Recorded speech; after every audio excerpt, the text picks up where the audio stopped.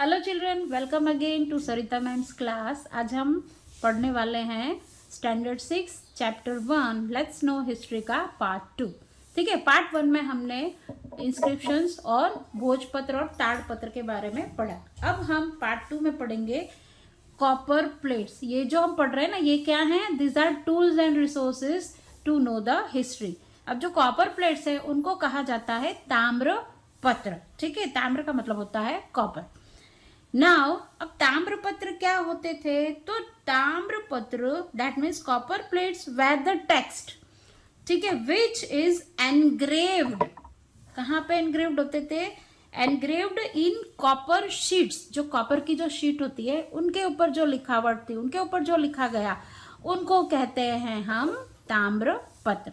ठीक है, और ये जो मैं बहुत सारे जो राजा थे, ठीक है, मैनी किंग्स अपनी जो एडमिनिस्ट्रेशन और डोनेशन के बारे में ऐसे कॉपर प्लेट्स, ऐसे ताम्रपत्र पे एनग्रेव्ड करवाते थे। ठीक है, और सच ताड़पत्रस have been found in Gujarat in large number. ठीक है, गुजरात में ये बहुत बड़े पैमाने में पाए जाते हैं।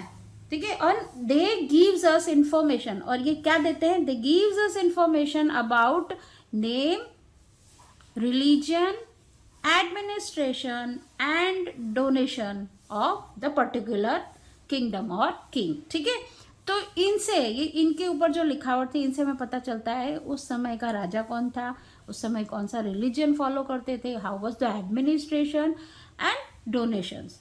ठीक है, अब ये जो कॉपर प्लेट्स हैं, ठीक है, अब ये कहीं ना कहीं तो होगी ना जिससे हमें इंफॉर्मेशन मिला है। तो भाई कहाँ पे ये प्रिजर्व किए गए हैं? तो they have been preserved in Hemchandracharya library in Patan, जो नॉर्थ गुजरात में है। ठीक है, LD institute of Indology Navrangpura Ahmedabad में है। ठीक है, BJ learning and research studies Vidya Bhavan Ahmedabad और श्री महावीर जैन आराधना केंद्र कोबा गांधीनगर। तो ये जो सारे जो कॉपर प्लेट्स और दैट मीन्स ताम्रपत्र है, ये कहाँ पे प्रिजर्व करे गए हैं? Most of they are preserved in Gujarat. Okay, now let us know some more resources to know the history. ठीक है, अब हम पढ़ने वाले हैं जो मेन है, ठीक है, जिससे हमें पता चलता है कि भाई उस समय की जो किंगडम थी, जो किंग थे, हाउ रिच दे वर। ठीक है, उनकी जाहो जलाली, उनका जो साम्राज्य था वो किस तरह से फला फूला था। ठीक है, और कैसे, जैसे कि हम बोलते हैं कि India was golden bird at that time.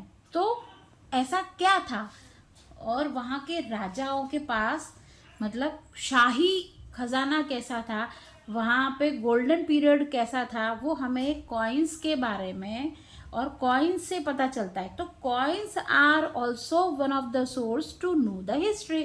ठीक है, अब सबसे पुराने द ओल्डेस्ट कॉइन जिन्हें हम कहते हैं वो पंचमार्क कॉइन है। ठीक है, they are punchmark coin of 5th BC that have been found in India, और इन्हें ऐसा माना गया है कि they were the oldest coin.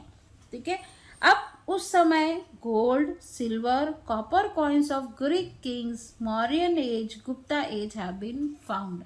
और हमें ये भी पता चला है कि भाई उस समय जो मौर्य राजा थे, जो गुप्ता एज के जो राजा थे, जो ग्रीक किंग्स थे, वो गोल्ड, सिल्वर और कॉपर कॉइन्स का भी यूज़ करते थे, जो हमने ढूंढ निकाले, जिनसे हमें पता चलता है। Okay, now what was the use of this coins? क्या यूज था ये कॉइन्स का? तो they gives information about social, religious, economic and political structure of that state. ठीक है, अब ये जो कॉइन्स है, जैसे कि मैंने पहले बताया कि कॉइन्स क्या बताते हैं, कि कॉइन्स हमें यह इंफॉर्मेशन देते हैं कि उस समय का जो राजा था, उस समय का जो राजा था, तो उसकी जो प्रजा थी वो किस तरह से सुखी थी।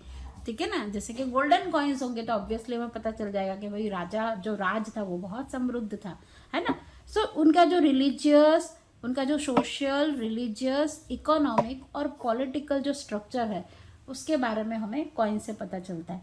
अब पंचमार्क कॉइन क्या होते हैं? तो punch mark coins means coins created by pressing metal pieces in the moulds. ठीक है, मोल्ड्स होते हैं कि जैसे कि आप आइसक्रीम बनाते हो ना, तो आइसक्रीम के लिए क्या यूज़ करते हैं? हम मोल्ड्स यूज़ करते हैं। चॉकलेट्स बनाने के लिए हम क्या यूज़ करते हैं? मोल्ड्स यूज़ करते हैं। तो उसी तरह से जो मेटल पीस होते थे उनको प्रेस करके मोल्ड से ये पंचमार्क कॉइन बनाए जाते थे, ठीक है। Now let us no another sources of history, जिनको हम कहते हैं जो आर्कियोलॉजिस्ट थे, हिस्टोरियंस थे एंड ट्रैवलर्स थे, जिनसे हमें पता चलता है कि उस समय के जो राजा थे वो कैसे थे, उनका एडमिनिस्ट्रेशन कैसा था, ठीक है।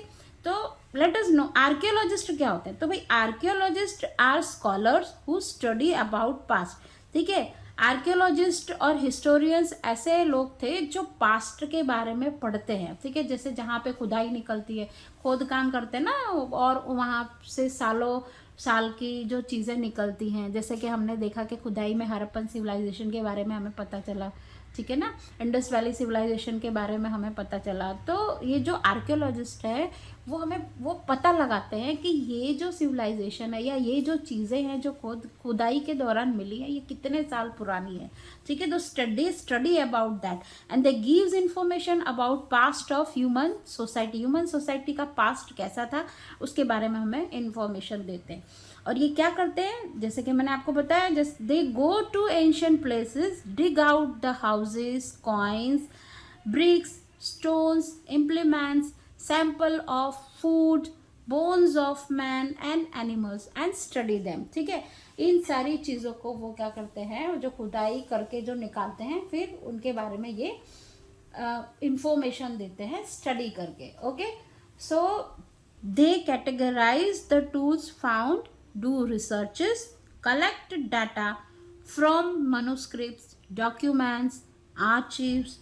Archaeologists and historians bring past to life, ठीक है। अब ये सारी चीज़ों के बारे में ये डीप स्टडी करते हैं और डीप स्टडी के बाद ये एक नतीजे पे निकलते हैं and they bring out past to the life. अब उस समय क्या था कि जो बहुत सारे ऐसे लोग थे ना, जैसे हमें ट्रैवलिंग करना पसंद है, ठीक है ना, most of the people love travelling. बहुत सारे लोग ऐसे हैं जिनको ट्रैवलिंग करना पसंद है, जो ट्रैवल करते रहते हैं, एक जगह से दूसरी जगह जाते हैं, उनको अलग अलग जगहों के बारे में जानना और उनके बारे में पढ़ना बहुत अच्छा लगता है ना। तो उस समय भी ऐसे ट्रैवलर्स थे जो एक किंगडम से दूसरे किंगडम में जाते थे और वहाँ के बारे में जानते थे। So many travelers visited other countries to note the life of people, ठीक है। ये सारे अपनी बुक में नोट करते थे कि भाई उस समय का जो राजा है वो अपनी प्रजा के साथ कैसा व्यवहार करता था, how was the administration, how was the tradition and culture prevent in that time, ठीक है। वो सब अपनी नोटबुक में लिखते थे। So we get information about the history and culture of a country through this travellers, ठीक है। अब हम नाम भी जान लेते हैं कि हु वर दोस ट्रैवलर्स। तो it includes travellers like Megasthenes, Pliny, Fahien, Hiuen Tsang, ठीक है। ये सारे ये जो ट्रैवलर्स थे, इनकी जो लिखावट है, इनकी जो बुक्स हम पढ़ते हैं, उनसे हमें हिस्ट्री के बारे में पता चलता है।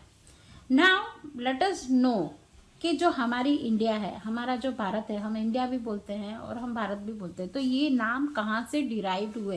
Late us no name of the land, जो हमारी कंट्री का नाम है वो कैसे पड़ा, तो हम उसके बारे में भी देखते हैं। So we know that our country is the name of our country is India and Bharat, okay.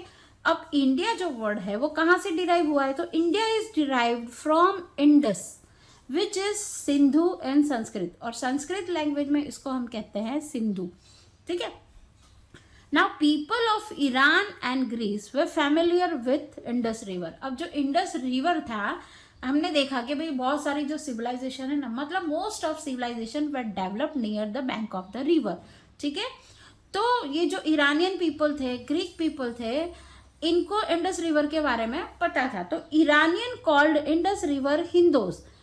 तो ये जो ईरानियन लोग थे वो इंडस रिवर को हिंदोस कह के बुलाते थे, और जो ग्रीक पीपल थे वो इसको इंडस कहते थे, ठीक है। So we know about name Bharat from Rigveda, और जो भारत नाम है वो हमें ऋग्वेदा में से पता चलता है। We know that there are 4 Vedas है ना, 4 वेदास है, और 4 वेदास में से एक वेदा है ऋग्वेदा, जिनके बारे में, जिनसे हमें पता चलता है कि हमारी कंट्री का नाम भारत भी था, ठीक है। And now let us know what is date line. अब डेट लाइन क्या है वो हम पढ़ते हैं। तो date line is that shows the time. ठीक है, अब हिस्ट्री हम पढ़ रहे हैं, ठीक है ना, हम हिस्ट्री के बारे में जान रहे हैं, तो it is very necessary to know the time period. Time period जानना भी जरूरी है भाई, 2000 साल पुराना है, 200 साल पुराना है कि 1 साल पुराना है। तो ये जो टाइम पीरियड है हिस्ट्री के लिए बहुत मायने रखता है, बहुत इंपॉर्टेंट रखता है। तो इसको जानने के लिए डेट लाइन को समझना बहुत जरूरी है। So time is important in history. So time is associated with birth of Jesus Christ. तो Jesus Christ was the founder of Christianity. ठीक है ना, जीसस क्राइस्ट कौन है, वो क्रिश्चियनिटी के फाउंडर है। ठीक है, और उनके ही बर्थ से रिलेटेड है हमारा टाइम लाइन। एडी क्या होता है, तो एडी का जो फुल फॉर्म है उसको कहते हैं हम Anno Domini, that is after birth of Christ.